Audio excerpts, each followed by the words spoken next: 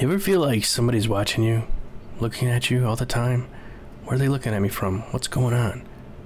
I think I know where they're coming. Ah! It's you. Coming up today on Geekdomo, we talk about how do I do it? And the importance of nose hair trimmers. Okay, everybody, this is a video I did on my channel last year. All the information is pretty much still relevant, have a new processor and stuff, but you'll see me reference Geekosaurus a couple of times, and that's my old channel. So, hope you enjoy it. Thanks a lot. Well, hello and welcome to the Geekosaurus. And from time to time, I get people asking me either on Guild Wars 2 Live while I'm streaming, or on YouTube, or Twitter, or Gwen, what is my system setup like? What are my system specs? All of that. So I thought I would make a quick little video, this won't be very long, discussing all of the stuff that I use to make my videos. So if you'd like to do that yourself, you could, and I'll give you some tips and tricks to make your videos more pro. First off, let's cover the basics of what you'll need to do videos on the internet, on YouTube and that sort of thing. You're gonna need a video capture program. You're going to need a video editing program and a microphone, and of course an internet connection. Well, if you're watching this video, you obviously have the internet connection, so let's just skip it. So you really only need video capture, video editor, and a microphone. What I use to do my video capturing is a program called Fraps, F-R-A-P-S. I'll put it in a title right here. And the Fraps program grabs raw video from whatever game you're playing, so you need a lot of hard drive space. A 3-minute video on Fraps is about 4 gigabyte.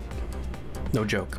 So you're gonna need a lot of hard drive space, but that's okay because it's uncompressed video. You're gonna recompress it again when you run your video editing software. So don't worry about that, it's really huge right now, but you're gonna have to deal with large file sizes. All right, let's go to the next thing. There are many different types of video editing programs out there. Some are free, some cost a little bit, some cost a ton. I use the one that costs the ton. It's called Adobe Premiere Pro, and this one is CS6, which is the latest.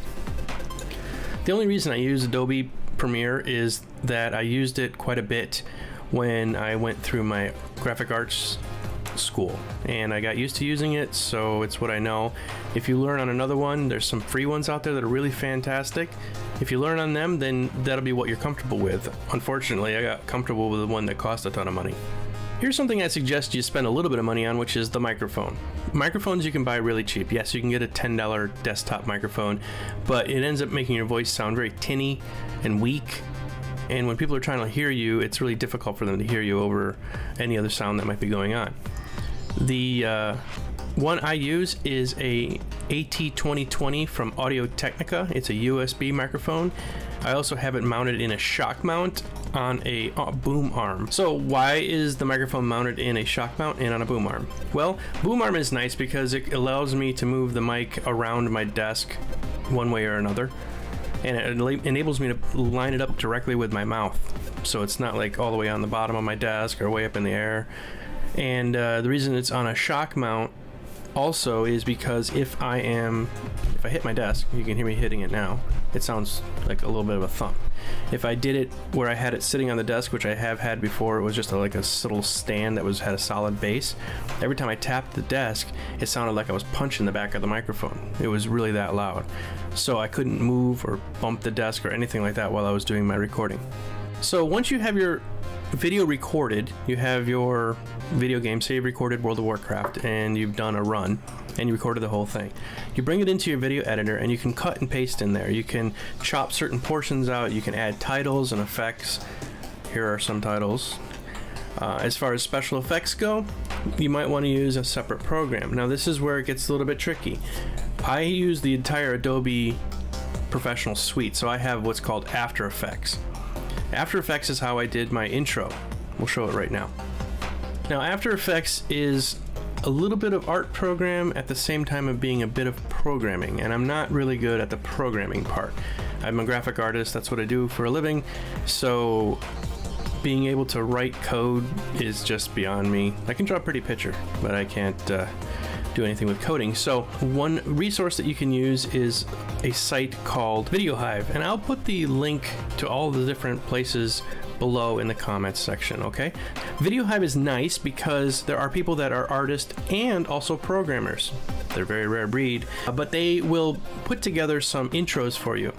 You can look up On this site you can buy intros, you can buy lower thirds, which are lower portions of the screen. I can show you one right now. And you can also purchase other things through their entire suite of sites, which is where I'm going to the next thing. Where do I get some of my music? My music and sound effects I get from this same company called Audio Jungle. And on Audio Jungle, you can purchase little sound effects, or you can purchase entire songs, and they're licensed to you. So if you're considering putting videos up on YouTube, you have to be able to provide the license. They sell this songs and sound effects with the license, and also anything else you purchase from them, you get a license to use the stuff. So if you're trying to put videos up on YouTube and then they keep kicking it off saying it's using copyrighted music or whatever, stop doing it. You want to make sure you're legal, and to be legal you might have to buy some songs and sound effects from these guys at Audio Jungle. So when you're all ready, you put all this stuff together. You take your Fraps recorded video, you throw it into your video editor. In there you add your sound effects, your music, your vocal track that you can record with your nice microphone. You then recompress it down. I always try to recompress mine down to an MPG file or a WMV file with H.264 as my codec, okay? If that's a little bit complicated to you, you might want to look some of that stuff up. But basically, I try to put it up at high def resolution, and the WMV seems to work better for YouTube, and sometimes if I'm just doing something on BlipTV, you want to use the other codec. So anyway, I upload it from a WMV using H.264 as the codec, and when it's up on YouTube, you have to make sure that you give it time to re-encode it, because it's going to be encoded the first time on your computer, then it's going to be re-encoded on YouTube, and hopefully it doesn't lose a lot of quality. And you might have to make little maybe 1-minute videos that you play with that you don't share with anybody, trying out different codec settings, and that's where it gets a little bit fiddly. You have to figure out exactly what works best for you for the type of video you're producing.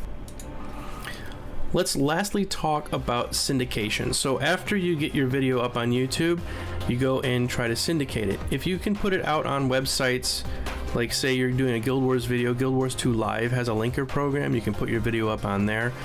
Curse has a Guild Wars 2 section if you're doing Guild Wars 2. If you're doing any other type of video game, there are tons of sites out there that's focused just on that. There's a Call of Duty sites, there's Battlefield sites, whatever your gaming type is, then you'll always be able to find those out there. YouTube is very finicky, and I used to have an account here, and this is a brand new account I just set up in June. I had another account, and when I first set it up, I instantly got monetized from YouTube. Not this time, but the previous account. It instantly got monetized, and so I went and told all my friends, hey everybody, look, I got monetized, and these are my videos. Watch the videos. If you like them, click an ad for me.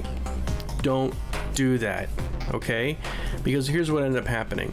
I got my videos removed from the AdSense program. I was kicked out of the AdSense program for doing that, and this happened after YouTube sends you a check at $100. I was at $98, and then they kicked me out of the AdSense program. So in a fit of rage, I deleted all my videos and took a hike off of YouTube for a little while. But I'm starting over fresh. I'm not going to do any advertising on this at all unless I get a partner with somebody, but that's further down. I'm not worried about that right now. If I do want to make any kind of revenue, and this is what you might be wanting to make videos for, we'll talk about the revenue. A really good one is Blip, blip.tv. What's cool about Blip is you put it up on Blip, it not only gets a ad instantly that you can start making money on within like 5 minutes of you posting it, it has an ad and you're starting to make money at that point, which is awesome. They support gamers, they understand gamers. You don't have to jump through hoops trying to prove that you have the rights to play a video game and talk over it like you do on YouTube. YouTube is very strict in that regard, okay?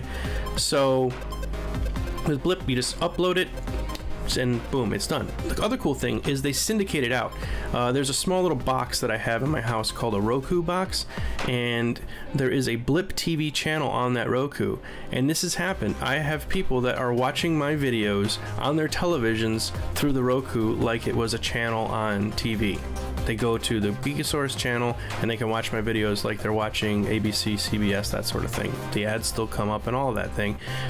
That's cool. They also syndicate out to a bunch of other places like iTunes. All of my videos are on iTunes right now. I didn't do a thing. All I did was upload it once to Blip, gave them my iTunes account information, gave them my Roku account information, all the different accounts they set up for you, and then poof, it's out. And it's out there on the web, it's out there on television, it's out there on iTunes. People are watching my video podcasts. It's just really cool, right? And that's the way to get syndicated. That's the way to get your stuff out there. Now, I'm not uber popular by any means, but if you're just starting out and you're trying to figure out how can I get this going, I think this is a good way to get the ball rolling. So, if you have any questions at all, please leave them in the comments below. I'm not really covering every single aspect of this. I'm just kind of doing this as a overall guide for new video producers that are looking to get into doing gaming videos on YouTube and other sites like Blip. So thanks a lot for watching.